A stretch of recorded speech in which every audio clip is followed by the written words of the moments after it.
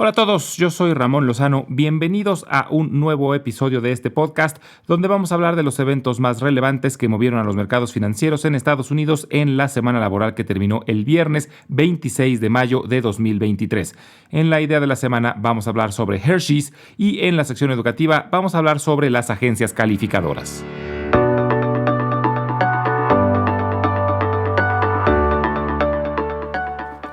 Fue una semana de muchos contrastes. Por un lado, el Dow Jones perdió el 1%, el Standard & Poor's 500 terminó prácticamente sin cambios, pero el Nasdaq brincó el 2.5%.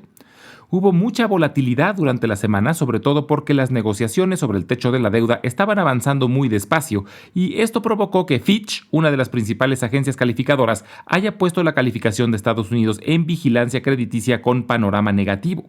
Esto es una especie de amenaza de que pueden quitarle la calificación AAA si no hay una pronta resolución. Una rebaja en la calificación provocaría que la deuda de los Estados Unidos se vuelva más costosa, es decir, a Estados Unidos le saldría más caro pedir prestado. Esto no es la primera vez que ocurre. Ya en 2011, Standard & Poor's Global bajó la calificación a AA+, por el mismo tema, y causó una crisis económica y una caída en los mercados. Que parece que durante el fin de semana ya se logró un acuerdo. Hubo un comunicado de parte del presidente y del líder de la Cámara Baja anunciando que habían logrado concesiones de ambas partes. El acuerdo no es aún oficial, falta que el Congreso lo vote y lo apruebe. Probablemente la votación sea el miércoles y es ampliamente esperado que pase, aunque miembros radicales del Partido Republicano han declarado que tratarán de evitarlo. La votación está programada para el miércoles, a pocos días de que el techo de la deuda se alcance, y esto ha sido un tema recurrente en los Estados Unidos cada vez que hay gobierno dividido. Esperemos que de nuevo esta ocasión todo se quede en un susto. También durante la semana se reportó el indicador predilecto de la Fed para medir la inflación, que es el índice de gastos de consumo personal, y mostró un número mayor a lo esperado. Durante el mes de abril se situó en 4.4% anual, mayor al 4.2% del mes de marzo. Esto marca un cambio en la tendencia descendente que llevábamos los últimos meses y eleva la probabilidad de que tengamos aún más incrementos en las tasas de interés. Pero la estrella de la semana y lo que provocó el brinco en el Nasdaq fue el extraordinario reporte de Nvidia. Nvidia reportó números muy por arriba de las expectativas, lo que provocó que sus acciones, que ya se habían duplicado en valor este año, brincaran 25% el día del reporte. Y para una empresa tan grande, este brinco es gigantesco.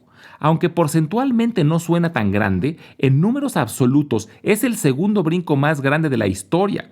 Y es que en un solo día, el valor de mercado de Nvidia subió más de $150,000 millones, que para ponerlo en perspectiva, es más o menos lo que valen empresas como Netflix, Disney o Nike. El valor de mercado de Intel, la empresa que en su momento fuera la líder en desarrollo de chips, ronda ahorita los $120,000 millones. Nvidia subió más que eso en un solo día. Y esto la vuelve la quinta empresa más valiosa de los Estados Unidos, solo detrás de Apple, Microsoft, Alphabet y Amazon. Y lo más interesante de todo es que después del reporte, las acciones de Nvidia en realidad están más baratas que antes del reporte. Recordemos que las empresas valen por su capacidad de generar dinero y las acciones tienen un precio según lo que se espera que las empresas ganen en el futuro. Entonces, antes del reporte, las acciones tenían un múltiplo por arriba de 70, es decir, sus acciones costaban 70 veces las utilidades esperadas. Pero, como las utilidades subieron mucho más de lo esperado y elevaron considerablemente el pronóstico para este año, ahora sus acciones cuestan poco más de 50 veces las utilidades esperadas. Es decir, en comparación con las utilidades, las acciones cuestan menos que antes. Que es importante decir que un múltiplo arriba de 50 es altísimo. No estoy diciendo para nada que las acciones estén baratas ni mucho menos, solo que estaban caras porque la expectativa era alta, pero la realidad superó por mucho la expectativa y por eso ahora están, digamos, un poquito menos caras. Pero en una empresa con un potencial de crecimiento tan grande, los inversionistas están dispuestos a pagar múltiplos enormes por ese crecimiento. Pero quien no tenga aún acciones de Nvidia, ahorita no me parece buen momento de comprar. Han subido muchísimo estos últimos meses y es muy probable que en el futuro cercano las acciones tengan un respiro o una corrección antes de continuar su ascenso. La razón detrás del rápido crecimiento de Nvidia es que actualmente es la líder indiscutible en el desarrollo de chips de alto desempeño que se están usando para la inteligencia artificial. Y como es la tecnología de moda y todas las empresas quieren participar, quienes quieran poder competir necesitan los chips de Nvidia, por lo que no se están dando abasto. Y este reporte fue tan poderoso que levantó a buena parte de la industria de la tecnología, sobre todo a la que está involucrada en la inteligencia artificial. Y como el Nasdaq tiene mayor porcentaje de empresas tecnológicas, fue el índice que mejor desempeño tuvo durante la semana. Entonces este reporte robó todo el show de la semana, pero hubo otros reportes relevantes. Uno de ellos fue el de Palo Alto Networks, la empresa líder en ciberseguridad, que mostró un incremento en sus ventas de más del 80%. Es otra industria que está muy caliente, sobre todo por los ataques que ha habido de hackers provenientes de Rusia desde que estalló la guerra, además del peligro de ataques cibernéticos más complejos basados en inteligencia artificial. Toll Brothers, la empresa de desarrollo de vivienda, reportó mucho mejor de lo esperado. Hemos visto muy buenos reportes de desarrolladores de vivienda, lo que es bueno para esas empresas, pero la verdad es que no es tan bueno para la economía en general, porque lo que han mostrado es que hay un fuerte déficit de vivienda y esto está haciendo que los precios suban mucho. En promedio, el precio de la vivienda ha subido casi un 10% en un año y es de los rubros que más está impactando a la inflación y que además es muy difícil de corregir porque aumentar la oferta de vivienda toma mucho tiempo y la demanda sigue muy robusta. Una industria que está teniendo muchos problemas es la textil, reportaron Urban Outfitters, American Eagle, Abercrombie & Fitch y Gap, y tuvimos resultados mixtos comparados con las expectativas, pero la realidad es que las expectativas eran de por sí muy bajas. La industria está batallando con cambios muy bruscos en lo que buscan los consumidores, siguen con algunos problemas de logística y además los consumidores han cambiado sus prioridades y están gastando más en otros rubros como turismo y menos en ropa, y en general no ha sido buen año para las textileras. Finalmente, continuamos con los reportes de la industria del retail, de ventas al menudeo. Kohl's y Lowe's reportaron mejor de lo esperado, aunque su pronóstico para el resto del año no fue muy alentador. Y Costco reportó ventas apenas por debajo de lo esperado, pero sorprendieron con un incremento importante en sus márgenes. Esta semana será corta debido a que el lunes los mercados estarán cerrados en conmemoración de Memorial Day y lo más importante de la semana será la votación en el Congreso sobre el acuerdo para elevar el techo de la deuda al que llegaron el presidente Biden y el líder de la Cámara Baja. Y ya quedan muy pocos reportes trimestrales, pero esta semana vale la pena monitorear los de Salesforce, Dell, CrowdStrike, Broadcom, Lululemon, Dollar General y GameStop. En la idea de la semana vamos a hablar sobre Hershey's. Su símbolo es HSY. The Hershey Company, conocida comúnmente como Hershey's, es una empresa estadounidense de alimentos y dulces con sede en Hershey, Pensilvania. Fue fundada en 1894 por Milton Hershey, quien comenzó su carrera como fabricante de dulces antes de establecer su propia empresa. La historia de Hershey's se remonta a la construcción de la comunidad de Hershey, Pensilvania. Milton Hershey construyó una planta de chocolate en el área para aprovechar el suministro de leche fresca de los agricultores locales. En 1900 lanzó la barra de chocolate Hershey's Milk Chocolate, que rápidamente se convirtió en un éxito y sentó las bases de la compañía. En las décadas siguientes, Hershey's experimentó un crecimiento significativo. Milton Hershey expandió la compañía construyendo fábricas más grandes y diversificando su línea de productos. Durante la Primera Guerra Mundial, Hershey's suministró barras de chocolate a las tropas estadounidenses, lo que ayudó a aumentar su popularidad y reconocimiento. Con el tiempo, Hershey's ha expandido su línea de producción para incluir una amplia variedad de dulces y chocolates como Kisses, Reese's, Twizzlers y muchos más. La compañía también ha establecido acuerdos de licencia con otras marcas populares como Kit Kat y Icebreakers. Hoy en día, The Hershey Company es una de las compañías de dulces más grandes del mundo con una presencia global y una base de consumidores muy leales. Continúa innovando en el campo de los dulces y chocolates y se ha comprometido a la sustentabilidad y responsabilidad social en sus operaciones.